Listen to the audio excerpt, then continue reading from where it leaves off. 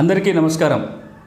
తెలంగాణలో భూములు, భూమి రికార్డులు, భూ చట్టాలపై జరుగుతున్న చర్చ నేపథ్యంలో ఈ చర్చకున్న వివిధ కోణాలని, అన్ని అంశాలని మేము ముందుకు తీసుకొస్తామని ఇంతకుముందే ప్రకటించాం. ఒక 9 అంశాలపై వీడియోలు ఉంచుతామని చెప్పాం. అందులో భాగంగానే నిన్న మొదటి వీడియోని కూడా మేము ముందు తీసుకురావడం జరిగింది. ఈ రోజున మనం మాట్లాడుకోవాల్సిన అంశం తెలంగాణలో చర్చకు జరుగుతున్న కొత్త రెవెన్యూ చట్టం లేదా conclusive titling act, title guarantee చట్టం, టైటిల్ ఇన్సూరెన్స్. ఇది అన్ని రాష్ట్రాలకి వర్తించే అంశమే, దేశం మొత్తానికి చెందిన అంశం. కాబట్టి ఇదేదో తెలంగాణలో చర్చకు మాత్రమే పనికిరాదు. ఎవరైనా దీన్ని అర్థం చేసుకునే ప్రయత్నం చేయటం, వివిధ రాష్ట్రాల్లో కూడా దీని మీద అమలు చేసే ప్రయత్నం జరిగినట్లయితే రైతాంగానికి, భూ యజమానులకి మేలు జరుగుతుంది. అసలు ఏంటి కొత్త చట్టం? కంక్లూజివ్ టైటిల్ అంటే ఏంటి? టైటిల్ గ్యారంటీ అంటే ఏమిటి? టైటిల్ ఇన్సూరెన్స్ అంటే ఏమిటి? ఈ కొత్త చట్టం కంక్లూజివ్ టైటిల్లో లేదా టైటిల్ గ్యారంటీనో ఇన్సూరెన్స్ విధానం కనుక వచ్చినట్లయితే భూ యజమానులకు ఏ విధంగా మేలు జరుగుతుంది, అదేవిధంగా ప్రభుత్వానికి కానీ అన్ని వర్గాల వాళ్ళకి కానీ ఎలాంటి మేలు జరిగే అవకాశం ఉంటుంది, ఈ వీడియోలో మాట్లాడుకుందాం. అదేవిధంగా మరి ఇది మంచి సిస్టమ్ అయినట్లయితే, ఇది మంచి వ్యవస్థ అయినట్లయితే ఇలాంటి వ్యవస్థని తీసుకురావడానికి దేశంలో ఇప్పటిదాకా ఎలాంటి ప్రయత్నాలు జరిగినాయి, తెలంగాణలో ఇప్పుడు ఎలాంటి ప్రయత్నం చేయాలనుకుంటున్నారు, ఆంధ్రప్రదేశ్లో ఎలాంటి ప్రయత్నం జరిగింది, మిగతా రాష్ట్రాల్లో ఏం జరుగుతుంది అనే అంశం కూడా మాట్లాడతాను. ముందుగా ఈ కొత్త సిస్టమ్ ఏంటి, దీనికి ప్రయత్నాలు ఏం జరిగినాయి తెలుసుకునే ముందు ఇప్పుడున్న వ్యవస్థ ఏమంటుంది. 2 మాటలు ఇప్పుడున్న వ్యవస్థ గురించి. ఇప్పుడు ఏవైతే భూమి రికార్డులు ఉన్నాయో, ఏవైతే భూమి కాగితాలు ఉన్నాయో, అది పహానీ అడంగల్ కావచ్చు, ROR రికార్డ్స్ ROR 1B కావచ్చు, RSR కావచ్చు, సేత్వారు, కాస్రా, ఏ భూమి రికార్డు అయినా సరే, ఏ భూమి రికార్డు కూడా భూమి హక్కుకి పూర్తి సాక్ష్యం కాదు. అంటే అర్థం ఏంటి? మన దగ్గర ఉన్న కాగితాలు మనం ఆ భూమికి యజమాని అని చెప్పటానికి సాక్ష్యంగా ఉపయోగపడతాయి. ఎవరి దగ్గర ఎన్ని సాక్ష్యాలు ఉంటే ఇప్పుడున్న వ్యవస్థలో వాళ్ళు గెలిచే అవకాశాలు ఉన్నాయి. ఉదాహరణకి మీ పేరు 1Bలో ఉండి మీకు పాస్ పుస్తకం ఉంది, కానీ ఆ భూమి ఇంతకుముందే ఎవరికో అమ్మినట్టు చేద్దగా వాళ్ళ దగ్గర రిజిస్టర్ దస్తావేజ్ ఉంది, దానికి లింక్ డాక్యుమెంట్లు ఉన్నాయి. వాడి దగ్గర కొన్ని కాగితాలు, మీ దగ్గర ఇంకో కొన్ని కాగితాలు ఉంటాయి. ఇది యాజమాన్య వివాదం వచ్చినప్పుడు కోర్టులు తేల్చాలి. మీ కాగితాలు వాళ్ళ కాగితాలు చూసి ఎవరికి హక్కు ఉందో తెలిస్తే ఆ భూమి వాళ్ళకి చెందుతుంది. దీన్ని చట్టం పరిభాషలో ప్రిజంప్టివ్ ల్యాండ్ రికార్డ్స్ అంటాం.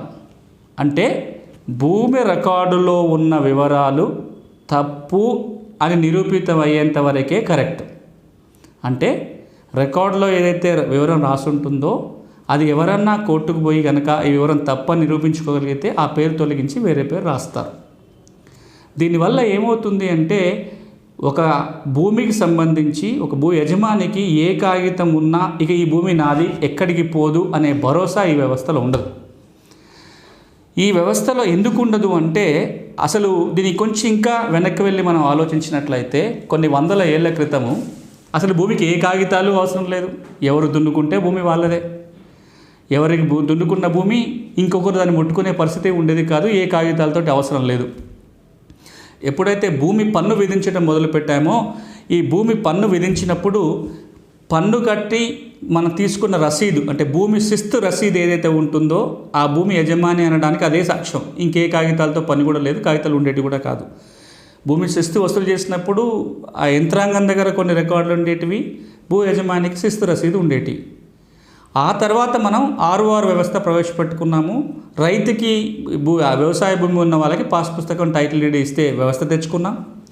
దానికంటే ముందుగానే ఏదన్నా భూమి లావాదేవీ జరిగితే కొన్ని లావాదేవీలు తప్పకుండా రిజిస్ట్రేషన్ చేసుకోవాలని ఒక చట్టం మనం 1908లో చేసుకున్నాం.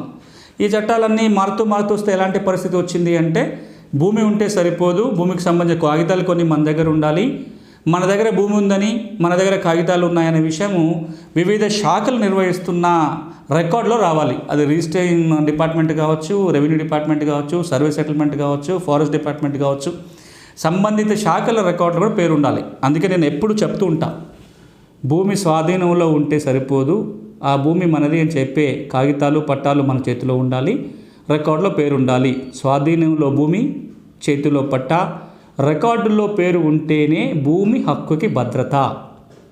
ఇక్కడ మనం అర్థం చేసుకోవాల్సింది, అవి భూమి హక్కుకి భద్రత ఇస్తాయి కానీ పూర్తి భద్రత ఇవ్వవు. అంటే ఎప్పుడైనా ఆ కాగితాలను ఛాలెంజ్ చేయడానికి అవకాశం ఉంటుంది. ఇలాంటి గందరగోళంలో ఎన్నిసార్లన్నా రికార్డు మార్చవచ్చు. 30 ఏళ్ల కింద రికార్డులో ఒక పొరపాటు జరిగిందంటే ఇప్పుడు మనం ఆర్డీఓకి దరఖాస్తు పెట్టుకున్నా ఇప్పుడున్న చట్టం మేరకు రికార్డు మార్చే అవకాశం ఉంది. 40 ఏళ్ల నుంచి భూమి సాగు చేసుకుంటున్నా ఇప్పుడు ఎవరైనా కోర్టుకు వెళ్ళి ఆయన భూ యజమాని కాదు, నాకు హక్కులు ఉన్నాయని నిరూపించుకోగలిగితే 40 ఏళ్ళు దున్నుకున్నా సరే భూమి మళ్ళీ ఇంకెవరికి పోయే పరిస్థితి ఉంటుంది. ఈ వ్యవస్థ మారాలనే ఆలోచన చాలా కాలం నుంచి జరుగుతుంది. 1908లోనే రిజిస్ట్రేషన్ చట్టం తెచ్చినప్పుడు ఇలాంటి వ్యవస్థ ఉండకూడదు, కొత్త వ్యవస్థ రావాలని. ఏంటి ఇప్పుడు ఉన్నట్టుగా దస్తావేజులను రిజిస్ట్రేషన్ చేసే వ్యవస్థ ఉండకూడదు, భూమి హక్కులను రిజిస్ట్రేషన్ చేసే వ్యవస్థ ఉండాలి. ఈ రోజున్న పరిస్థితుల్లో హైదరాబాద్లో చార్మినార్ అమ్మితే కొనుగోలు చేస్తే కూడా ఆ దస్తావేజ్ రిజిస్ట్రేషన్ అయిపోతుంది, ఎందుకంటే హక్కులను మనం వెరిఫై చేయట్లేదు కాబట్టి. మరి ఎలాంటి వ్యవస్థ కావాలి? భూమి హక్కులని వెరిఫై చేసే వ్యవస్థ కావాలి, భూమి హక్కులని రిజిస్ట్రేషన్ చేసే వ్యవస్థ కావాలి. ఒకసారి ప్రభుత్వం భూ యజమాని అని ఒక కాగితం ఇస్తే ఇక ఆ భూమి అతనికే ఉండే విధానం ఉండాలి. ఆ విధానం ఇప్పటిదాకా మన దేశంలో లేదు. అలాంటి విధానం తీసుకొచ్చే ప్రయత్నము 1908లో ఒకసారి జరిగింది, రిజిస్ట్రేషన్ చట్టం చేసినప్పుడు.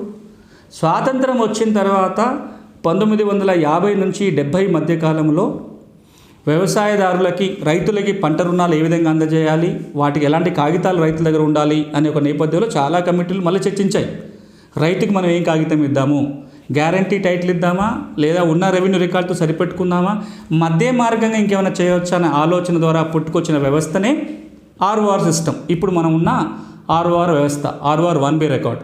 ఈ ROR 1B రికార్డు మిగతా రికార్డుల కంటే కొంత ఎక్కువ విలువైనది, కానీ 1Bలో వచ్చినంత మాత్రానే యజమాని కాలేడు. యజమాని అనడానికి సాక్ష్యంగా పనికొస్తుంది తప్ప ఇంట్లో ఉంది కాబట్టి ఇంకా యజమాని అంతిమ సాక్ష్యంగా ఇది పనికిరాదు. ఈ వ్యవస్థ మార్చడానికి మొట్టమొదటి గట్టి ప్రయత్నం 1987లో జరిగింది. 1987లో అప్పటి ప్లానింగ్ కమిషన్ డెప్యూటీ చైర్మన్, ఆ తర్వాత కాలంలో వారే మనకి ప్రధానమంత్రిగా 10 ఏళ్ళు పనిచేశారు, మన్మోహన్ సింగ్ గారు ప్లానింగ్ కమిషన్ డెప్యూటీ చైర్మన్గా ఒక కమిషన్ నియమించాడు, 1 మ్యాన్ కమిషన్ని. దేశంలో ఉన్న భూమి రికార్డులన్నింటినీ అధ్యయనం చేసి ఈ రికార్డులో ఉన్న పొరపాట్లు ఏంటి, ఎట్లాంటి రికార్డులు మన దేశంలో ప్రవేశపెట్టాలి, నివేదిక ఇవ్వండి అని ఒక వ్యక్తికి అప్పచెప్పారు. వారే ప్రొఫెసర్ DC వాద్వా. వారి ఆధ్వర్యంలో ఒక 2 సంవత్సరాల పాటు అన్ని రాష్ట్రాలు తిరిగి భూమి రికార్డులు అధ్యయనం చేసి ఒక ప్రిలిమినరీ రిపోర్ట్ ఇచ్చాడు. ఇంకా ఫైనల్ రిపోర్ట్ ఇవ్వలేదు, ప్రాథమికమైన నివేదికని ఇవ్వడం జరిగింది 89లో. ఈ ప్రిలిమినరీ రిపోర్ట్లో ఆయన మాట ఏంటంటే, ఇప్పుడు ఉన్న ప్రిజంప్టివ్ ల్యాండ్ రికార్డ్ స్థానంలో గ్యారంటీ టైటిల్ ఇచ్చే విధానాన్ని ప్రవేశపెట్టాలి. అట్లా ప్రవేశపెడితేనే రైతులకి, భూ యజమానులకి, దేశానికి కూడా మేలు జరుగుతుంది అని వారు సిఫార్సు చేశారు. దురదృష్టం ఏంటంటే 89లో నివేదిక వచ్చినప్పటి నుంచి దాదాపుగా ఒక 20 సంవత్సరాల పాటు ఆ విషయం గురించి ఎవరు ఏమి మాట్లాడలేదు, ఏమీ చేయలేకపోయారు కూడా. చివరిగా మళ్ళీ ఒక 20 ఏళ్ళు గడిచిపోయిన తర్వాత అదే మన్మోహన్ సింగ్ గారు ప్రధానమంత్రి అయిన తర్వాత కొన్ని వేగవంతమైన కొన్ని పనులు చేశారు ఈ వైపున టైటిల్ గ్యారంటీ ఇవ్వటం కోసం. ఒకటి, మళ్ళీ ఒక కమిటీ వేసి ఒక రోడ్ మ్యాప్ తయారు చేయమని చెప్పారు. టైటిల్ గ్యారంటీని మన దేశంలో అమలు చేయడానికి ఒక రోడ్ మ్యాప్ తయారు చేయమని చెప్పి ఒక కమిటీ వేశారు. ఒక ముసాయిదా చట్టాన్ని రూపొందించారు 2011లో. ఈ దేశంలో టైటిల్ గ్యారంటీ వ్యవస్థ ప్రవేశపెట్టడం కోసం ఒక పథకాన్ని ప్రవేశపెట్టారు. అదే NLRMP, national land records modernisation programme. NDA government వచ్చిన తర్వాత అదే ప్రోగ్రామ్ని కొంత మోడిఫికేషన్ తోటి DILRMPగా అమలు చేస్తాం. Digital India land records modernization ప్రోగ్రామ్గా దేశమంతా అమలు జరుగుతుంది. ఇప్పుడు ఈ పథకం యొక్క లక్ష్యం ఏంటంటే 2022 నాటికి దాదాపుగా 20,000 కోట్ల రూపాయలు ఖర్చు పెట్టి అన్ని రాష్ట్రాలలో ఈ టైటిల్ గ్యారంటీ వ్యవస్థను తీసుకురావాలి అనేది ఆ పథకం యొక్క లక్ష్యం.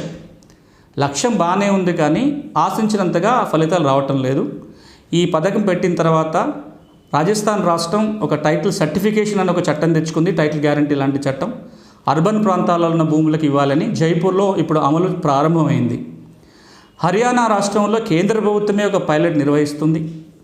మహారాష్ట్రలో 2002 నుంచి ఒక పైలట్ కార్యక్రమం నడుస్తుంది టైటిల్ గ్యారంటీ ఇవ్వాలని. ఉమ్మడి ఆంధ్రప్రదేశ్ రాష్ట్రంలో కూడా దేశంలోనే మొట్టమొదటి ఒక పెద్ద పైలట్ ప్రాజెక్టు నిజామాబాద్ జిల్లాలో భూభారతి పేరుతో జరిగింది. ఇక్కడ చట్టం చేసుకోలేకపోయినాం. ఈ నేపథ్యంలో ఈ చర్చ నేపథ్యంలో ఇప్పుడు చాలా కీలకంగా తెలంగాణ రాష్ట్ర ముఖ్యమంత్రి గారు ఒక ప్రకటన చేశారు, అసెంబ్లీలో ప్రకటించారు. ఆ తర్వాత కొన్ని బహిరంగ సభలలో వారు చెప్పారు. ఏమంటున్నారు? భూ హక్కులకు పూర్తి భద్రత ఇచ్చే చట్టం చేస్తాము, పూర్తి భూ యాజమాన్య హక్కులు ఇచ్చే చట్టం చేస్తాము, భూమి రికార్డులో ఉన్న వివరాలకి ప్రభుత్వమే గ్యారంటీగా భరోసాగా ఉండే చట్టం చేస్తాము. ఒకవేళ భూ రికార్డులలో తప్పులు జరిగితే ప్రభుత్వమే జరిమానా కట్టే వ్యవస్థ తెస్తామని వారు చాలా సందర్భాల్లో మాట్లాడారు. కీలకంగా చెప్పుకోవాలంటే వారు కూడా మాట్లాడుతున్నది conclusive title guarantee, title insurance. ముందుగా అసలు ఈ 3 పదాలను కొంచెం అర్థం చేసుకుందాం. దానివల్ల ఏం మేలు జరగబోతుంది. కంక్లూజివ్ టైటిల్ అంటే అర్థం ఏంటంటే, ఇప్పుడు మనకు ఒక 30-40 రకాల భూమి రికార్డులు ఉన్నాయి. గ్రామ స్థాయిలో పహానీ అడంగల్ ఉంది, 1B రికార్డు ఉంది, RSR ఉంది, సేత్వారు, కాస్రా పహానీ, ఇట్లా అన్ని రకాలు లెక్కేస్తాయి. 30-40 ఉంటాయి. భూమి యాజమాన్య హక్కు నిరూపించుకోవాలంటే ఇవన్నీ చూసుకోవాలి. లింక్ డాక్యుమెంట్లు చూడాలి, 12 ఏళ్ళుగా ఎవరి కబ్జాలో ఉందో చూడాలి, ఈసీ తీసుకోవాలి, పహానీ చూడాలి, అడంగల్ చూడాలి, 1B చూడాలి, పాస్బుక్ చూడాలి, టైటిల్, ఇన్ని రికార్డ్స్ చూసి అప్పుడు ఒక మన అంచనాకి రావాలా పలానా ఆయనకి హక్కు ఉంది మనం కొనవచ్చు అని. కొత్త వ్యవస్థ వస్తే ఏదో ఒక రికార్డే ఫైనల్ అవుతుంది. మొత్తంగా వ్యవసాయ భూములు అయితే 1B రికార్డే ఫైనల్ కావచ్చు. 1B రికార్డులో కనుక భూ యజమాని ఉంటే ఇక అదే అంతిమ సాక్ష్యం, మిగతా కాగితాలతో పని ఉండదు. ఇది కంక్లూజివ్ టైటిల్. కంక్లూజివ్ టైటిల్ అంటే ఒకే కాగితము భూ యజమాని అని చెప్పడానికి పూర్తి సాక్ష్యంగా పనికొచ్చే వ్యవస్థ రావటం. మరి టైటిల్ గ్యారంటీ అంటే ఏంటి? ఈ ఒక రిజిస్టర్లో మనం ఏదైతే వివరాలు అనుకుంటున్నామో ఈ వివరాలకి ప్రభుత్వమే గ్యారంటీగా ఉండటం. ప్రభుత్వం బాధ్యత వహిస్తుంది. అంటే ఆ వివరాలకి తప్పులుప్పులు ఉన్నా కానీ ప్రభుత్వమే దానికి గ్యారంటీగా నిలబడి ఉంటుంది. ఇది టైటిల్ గ్యారంటీ.